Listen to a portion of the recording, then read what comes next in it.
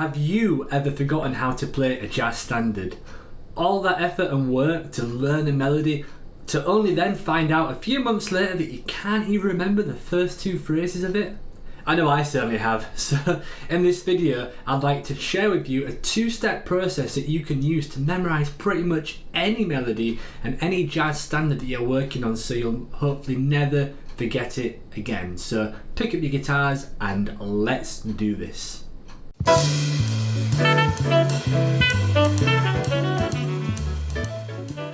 Greetings jazz guitar gurus, my name is Jamie. I'm the founder of JamieHolroydGuitar.com, which is a blog, video lessons and podcast all geared to helping you become a better jazz guitar player. And if you haven't done so already, then please consider hitting that subscribe button below. That way you're going to get free access to all the free lessons which I post here on YouTube. So in today's lesson, I'm going to be teaching you two ways that you can tackle any jazz standards so you're never going to forget them again. I'm going to start by demonstrating this over Autumn Leaves, and then I'm going to show you how to apply it to some more complex tunes that might not necessarily be as applicable with the first two steps at first glance.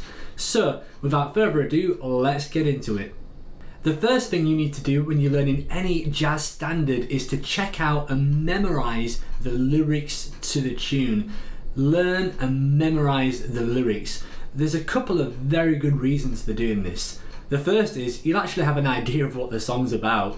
What's the point in memorizing just a bunch of random notes without actually knowing what you're playing? All these songs have lyrics behind them which convey emotion as to why the song was actually composed in the first place. So you're going to have a greater understanding and depth about the song, and that's certainly going to help you memorize it. If you know why the song was written and what it's about, that's just going to give you a little bit of a head start as to the actual song itself. So that's one reason why you should learn the lyrics. The second reason is that many of these jazz standards, such as Autumn Leaves, All the Things You Are, Fly Me to the Moon, have been recorded several times, and when you hear a jazz musician play these, they'll often embellish the melody, which can make it a bit daunting because you might have, say, a lead sheet or something like that of the tune, and then you might be comparing this to a jazz musician's recording, and the two don't always correspond, right? Sometimes real book rhythms are written out in a very kind of boring way to make them accessible to read, but jazz musicians will interpret these very differently to kind of give them a bit more pep and a bit more swing. So basically what you can do here is you can, with the lyrics, you can actually transfer that to the instrument. So if you listen to a lyrical version of the song, like for example Autumn Leaves, check out Frank Sinatra. He recorded this song and the lyrics are very, very clear, and they're much easier to associate with a lead sheet rather than just say like an instrumental version of the tune. Of course you do need to check out these instrumental versions as well, but the lyrics, the lyrical versions are the ones which I suggest doing first. So on a tune like Autumn Leaves, if you know say for example the first few lyrics that there is, the words are, it goes the falling leaves drift by my window, the autumn leaves of red and gold, right? So that will, the falling leaves drift by my window, the autumn leaves of red and gold. Alright, so that helps you connect that to what you're playing, right? You know what the song's about. Autumn Leaves is a beautiful song, but it's also quite a dark and sad song in a way, and of course you wouldn't know why unless you checked out the lyrics to the tune. The second thing that you need to do to never forget a melody is to analyze.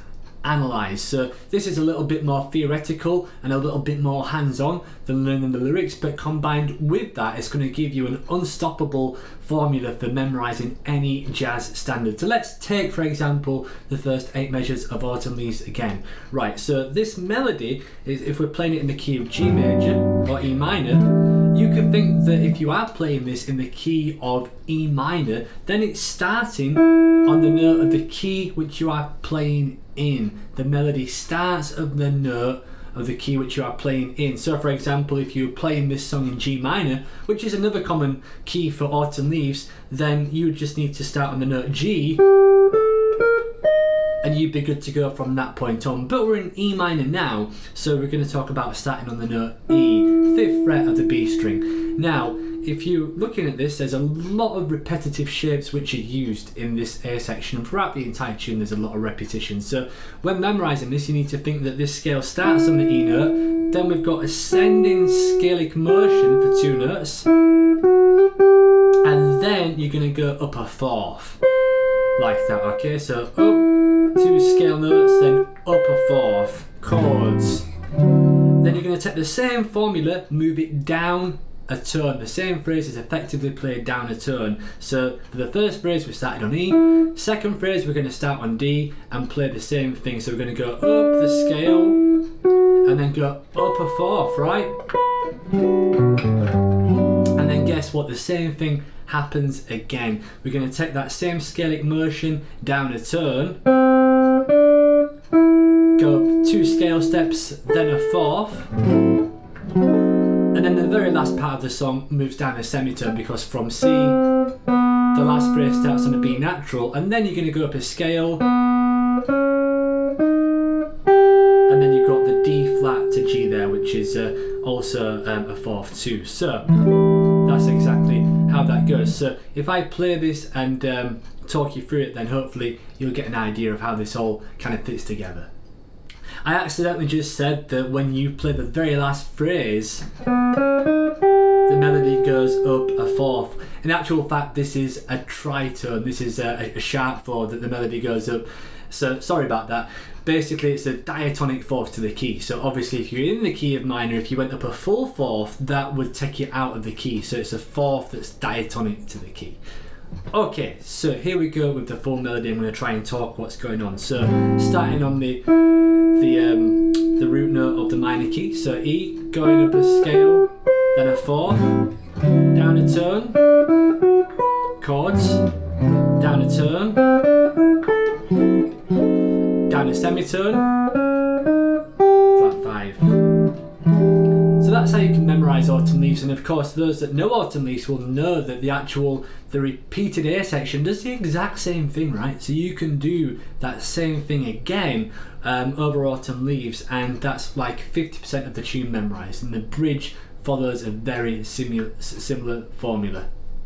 So let's assume that you now know how to tackle a songbook melody like Autumn Leaves. What I'm going to do now is talk about a few different tunes to give you an idea as to how you could use this approach on different standards besides the kind of Broadway tunes as well. So let's take, for example, Giant Steps by John Coltrane. There is no lyrics to that song on the original version. Of course, there were some later recorded versions of this with lyrics, and yeah, I'm not a fan personally, but of course if you do like them, then you could use that if you so wanted to. So you just basically go straight to the second step on this. So you would just take the melody and analyse it. Now with this one, what you can do is you can look for shapes, right? There's a very obvious shape. In fact, I remember back when I was in college, I got taught this tune in probably less than a few minutes as part of a group workshop, and it really opened my eyes and my ears to how easily you can memorise a jazz melody like this. And it really blew my mind, because a song like this, which has a lot of chords, you would think there would be a complicated process, but the very first part of the melody sounds like that. All that is a descending G major 7 arpeggio. Straight out of the box, descending G major 7 arpeggio. 7, 5, 3, 1, and then it does something else. But that's what you want to look for as well. On a tune like that might seem complicated, even these guys like to use repetitive patterns to make the tune more catchy and maybe easy to memorise as well. So that's what I would do with a tune like Giant Steps. Going beyond that, if you wanted to tackle something like Donna Lee or any complex bebop theme, there is a little bit more legwork required there, but that's the same applies. If you can memorise Donna Lee using that same type of thing, then that's going to make that a much easier tune to learn. So something like Donna Lee, for example, that starts on an A flat chord, then it goes to an F7 in bar 2, but the melody actually starts later on in the A flat major 7 bar, and that starts with the descending A flat major bebop scale,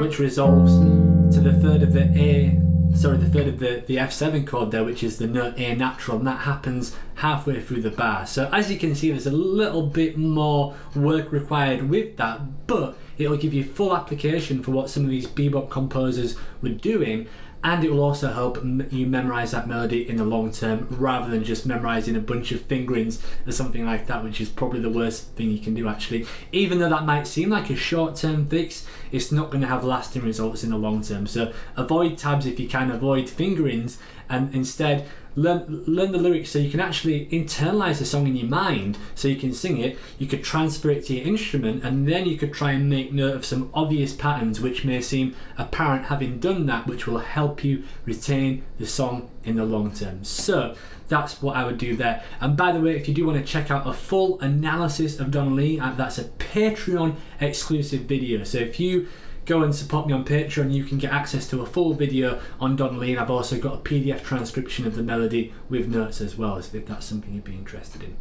So what do you think of these tips? Let me know. Do you think they're going to help you memorize jazz standards in the future? Have you just wasted 10 minutes of your life watching this video? Let me know either way what your thoughts are in the comment section, and thanks so much for watching, and I hope to see you guys next time. And of course, special thank you to all those that do support me on Patreon, who help make these videos possible. Thanks so much.